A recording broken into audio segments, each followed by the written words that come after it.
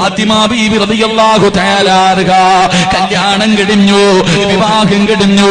അലിയാര് തങ്ങളെ കയ്യിൽ പിടിച്ചുകൊണ്ട് മണിയറക്കകത്തേക്ക് കടന്നു പോവുകയാ. ഫാത്തിമ ബീവി റളിയല്ലാഹു തആല അൻഹ മണിയറക്കകത്തേക്ക് കടന്നു. അലിയാര് തങ്ങളെ വീടിനകത്ത് കയറി. പടച്ചവരെ, വീടിന്റെ കവാടം അടക്കുകയാണ്. വീടിനകത്ത് കത്തിച്ചു വെച്ചിരിക്കുന്ന വിളക്കണക്കുകയാ.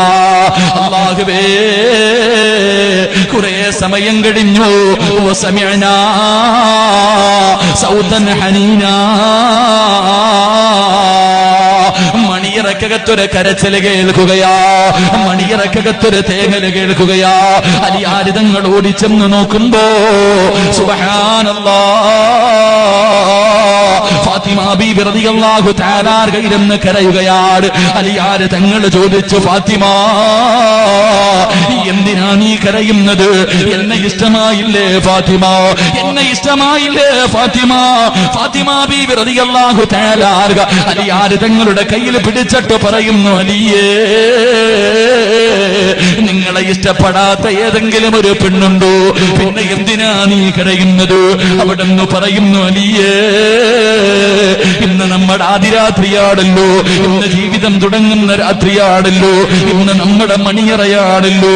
ഈ മണിയറക്കകത്തേക്ക് കടന്നു വന്നപ്പോ കത്തിച്ച് വെച്ചിരിക്കുന്ന വിളക്ക് പെട്ടെന്ന് അണച്ചപ്പോ ഈ മണിയറക്കകത്ത് വല്ലാത്ത ഇരുള് വന്നലിയേ. എനിക്ക് പെട്ടെന്ന് ഓർമ്മ വന്നത്, എനിക്ക് ഈ ഇരുള് കണ്ടപ്പോ പെട്ടെന്ന് ഓർമ്മ വന്നത് എന്തെന്നറിയോ?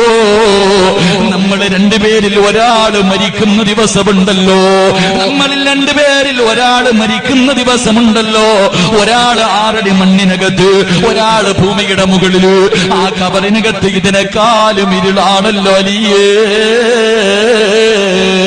ഒരുപാട് സ്വപ്നം കണ്ട് ചിരിക്കുന്ന മുഖത്തോട് മണിയറക്കകത്ത് കടന്നു വന്ന പ്രിയപ്പെട്ട ഭർത്താവിനോട് കബറിനെ കുറിച്ച്, കബറിന്റെ അദാബിനെ കുറിച്ച്, കബറിന്റെ ഏകാന്തതയെ കുറിച്ച് അവിടെന്ന് പറയുന്നു, അലിയേ, കബറ് ഞെരിക്കുമല്ലോ, കബറിനകത്ത് ഇരുളാണല്ലോ, കബറിനകത്ത് വല്ലാത്ത അദാബുണ്ടല്ലോ.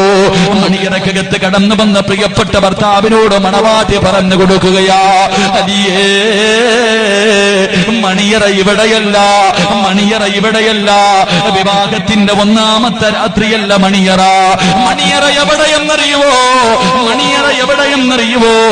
വെള്ളത്തുണിയിൽ കുളിപ്പിച്ച്, സുന്ദരനെ പോലെ കുളിപ്പിച്ച്, സുഗന്ധം തേച്ച് 6 അടി മണ്ണിനകത്ത് കൊണ്ടുപോയി കുടിച്ചിടുന്ന 1ാമത്തെ രാത്രിയുണ്ടല്ലോ, അവിടെയാണ് മണിയറ.